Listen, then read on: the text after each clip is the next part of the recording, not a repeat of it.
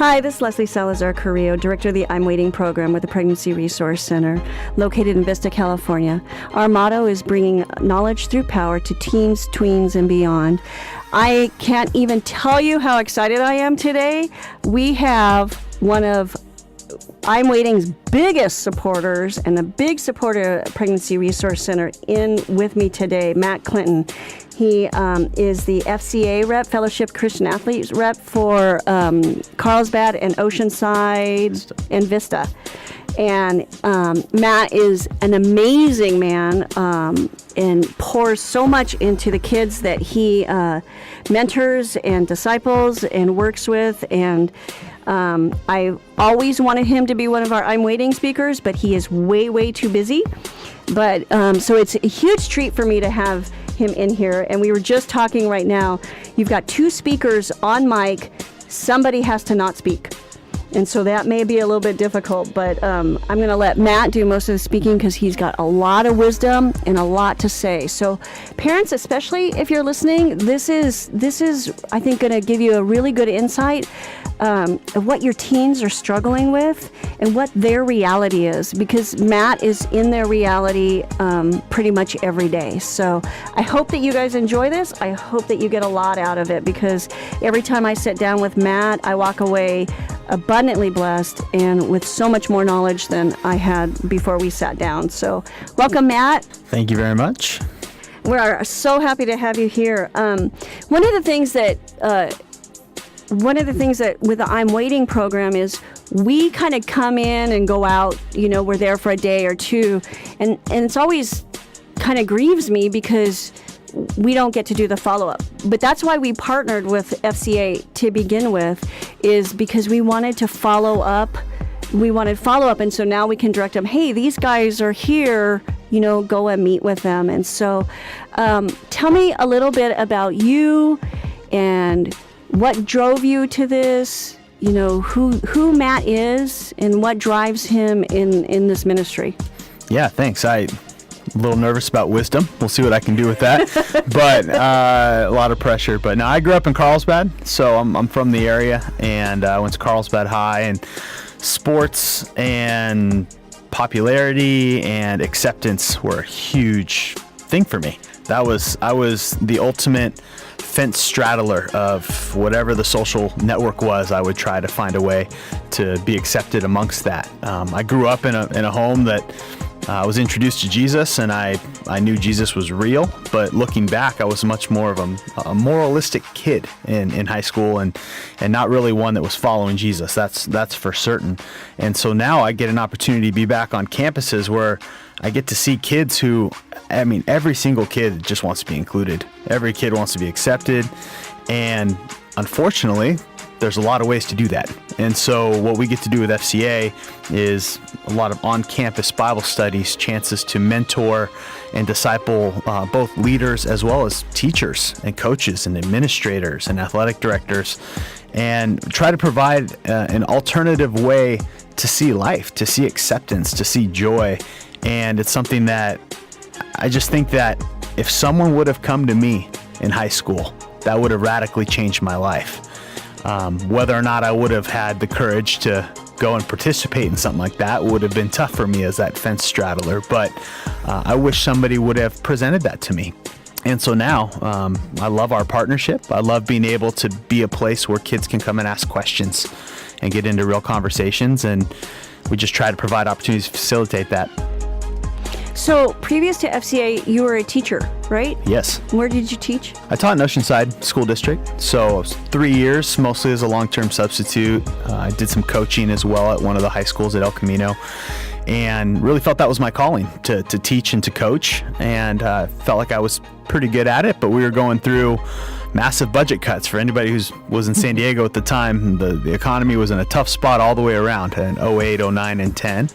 And I thought that was always going to be where I was going to spend my life, my career, my passion, and then God changed the plan. So you went from that instability to working for a nonprofit, which offers so much stability. Sure, yeah, so much. See, I knew it had to have been beyond my plan, because I sat down and I saw, wow, this is cool, sports and faith.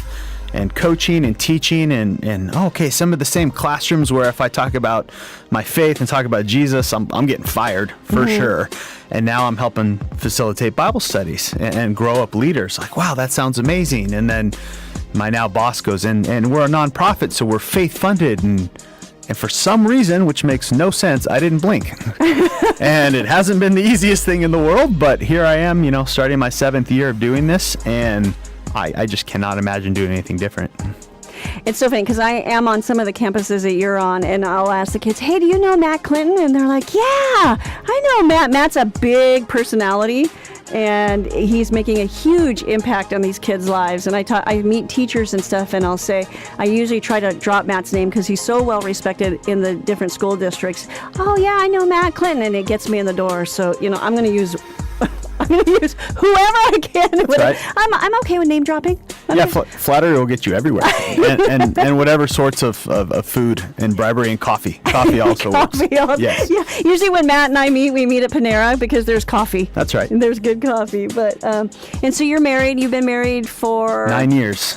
Yeah. Yeah. We were just talking about that, about the challenges of marriage, and you can't really know it until you're in it. I mean, you can try to prepare but until you get into the day-to-day, and you have 2 kids now. Yep, 2 kids. One's almost 5 and one's about 1.5 years. Yeah, so you're busy. Yes. You are super busy. Yes, love it. Yeah. So when we, like I was saying when we first started, that's one of the hardest things for me is we go and we really connect with these kids, and then we leave. Because we've got to go on to the next school because we hit about 2,500 kids in a school year.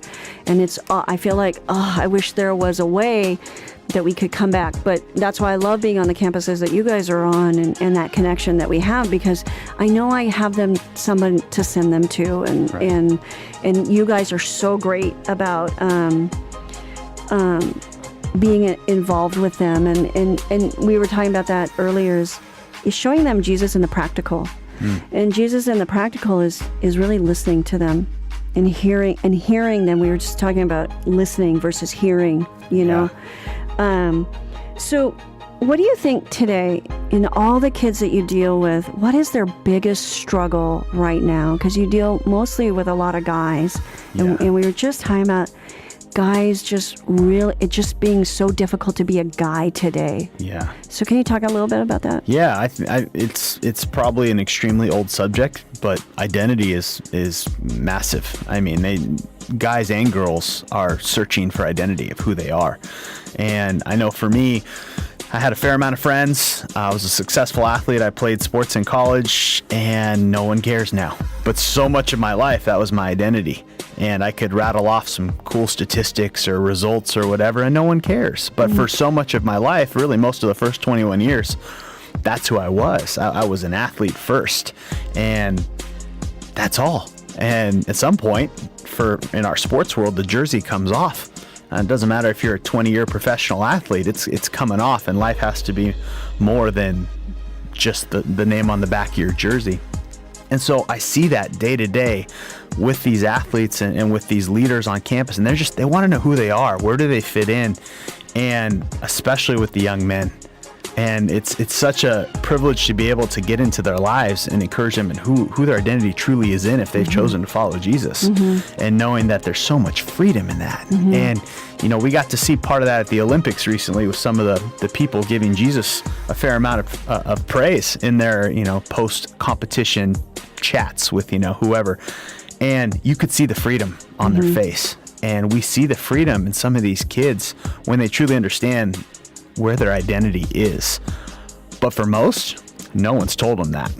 And so their identity is in acceptance at the next party, acceptance in the next, sexual relationship, or in whatever their coach might say, or praise from their teacher or their peers, or that person follows me on social media now. So there's acceptance. And it's just, there's so many ways to find that identity. And so much of it is so just not true. It's misleading. And I just feel for them, even for the kids that know their identity in Jesus. They struggle with that just like I do every day. And I think that's something that we're trying to provide opportunities to show them, okay, sure, we're saying this, but look at what Jesus says about it, because forget what we say. Go read that, and we'll help talk about what that looks like. So especially for the young men right now, it's what I spend a lot of my time doing outside of facilitating the programs we run, is intentional discipleship with these young men, and going, whether or not you signed up for this, here's what God is calling you to be as a male leader. I don't know if you've had it displayed to you in your home. I don't know if you've ever seen it before in your life, and I may be the first one talking to you about it. Sorry, this is the deal. This is what God is calling you to be. And we've had some massive breakthroughs, and especially in the summertime, we get a little more time with the kids. They're not in the rigors of athletics in school quite as much. And so I know that one of my coworkers, Jordan, and I took 4 boys to the mountains for a week, and we did intense discipleship with them. We fished, we hiked, we got away. Our phones didn't even work. And we just got to spend time together and talk about, who are you? Really? And these were kids that knew Jesus, but we challenged them, and they came back, and they're going to be leading on campus for us this year, which is an extra benefit. But it was so much more about who they are, and having young men understand that is it's critical to really how I think these campuses can change. We've been listening to an interview with Matt Clinton, Fellowship of Christian Athlete rep in the Oceanside, Vista, and Carlsbad, California school districts, and his belief that if we pour time into students, we will see a change on our campuses, which in the long run can change a generation. We hope you've enjoyed this interview, and will tune in for the remaining time that we had with Matt.